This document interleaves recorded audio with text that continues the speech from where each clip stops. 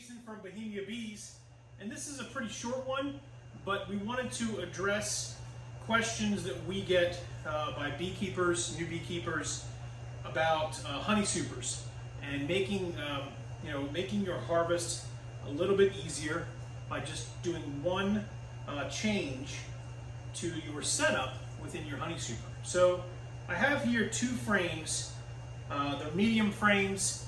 They're frames that have been pulled from the colonies. They're above an excluder or in the honey super and the top half of the hive. If you're a new beekeeper, these are the boxes on top where the bees will store their honey. They'll store honey in the brood chamber as well, but we like to make sure that we get just all honey in this top box, or in these boxes that sit on top of the brood box.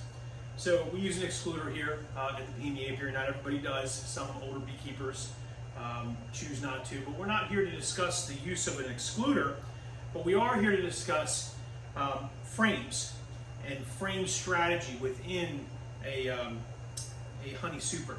So a traditional super, traditional 10 frame box, you would put 10 frames tightly nested together, as you see right here, in this box. There'd be 10 of them. It would fill the whole super up, and the bees would then, draw the comb out on the foundation if you do it on foundation or naturally, and then you would harvest the honey super at your harvest point in time. However, one issue you run into if the bees start to build out the comb when they're together and there's that traditional 3/8 space between there, is that they'll build it out to the width of the frame. This makes it difficult for when you want to uncap a frame. It actually creates a nice beautiful pattern of cappings all the way down, but if you use a standard knife and not a chain uncapper or a scratcher, and you're cutting your frame down with your knife, I'm letting the frame rest on the top and bottom rail, and as you can see when I do that, even if I press a little bit as I cut those cappings off, you'll notice that by the cappings and the wax that's built out full of honey only allows you to cut off the cappings under a certain depth or thickness. Okay? And in some cases, if it's even thinner, you can't cut it at all. This means that you have to then use your scratching tool and pull off or scratch the remainder of the cappings that you have. An extra step, but you need to pull off. You also, by doing a scratcher rather than a cutting, is that the comb underneath is no longer clean cut. It's more ragged and cut up and scratched. So when you extract the honey out of this and the bees clean this up, that comb up top has to be rebuilt a little bit more than the comb below it. The comb below it is fairly clean and you won't have to worry about it. Whereas if you have a frame that has a little bit thicker of a capping, like you see here, okay, so it's much thicker, it's well beyond the wood frame. You can take and cut this capping off a lot easier, and again, just letting it rest on the frame rails.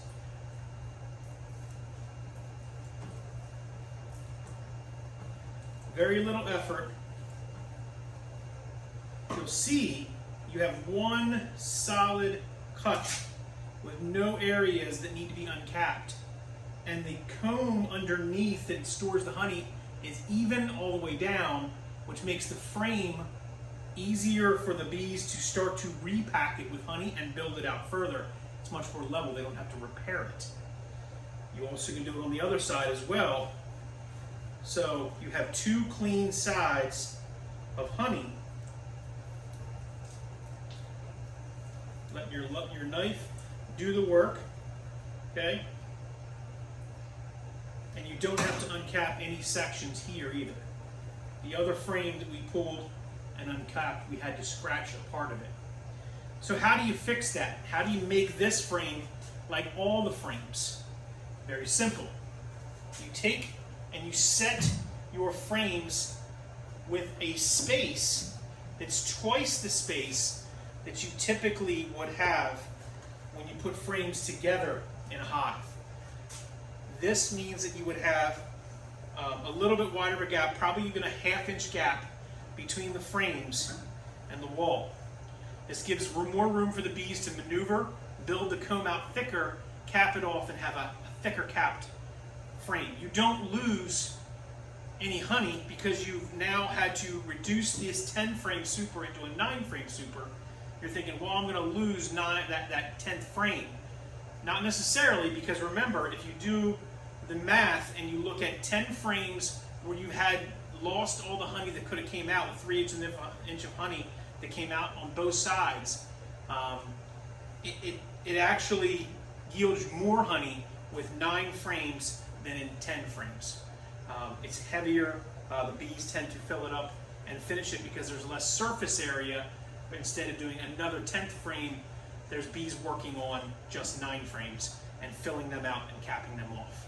It also allows for the comb to sit further out from the frame, therefore allowing the airflow through the hive and the super more, therefore allowing the honey to cure faster with their wings and allows them to cap them off quicker than if you had 10 frames in here.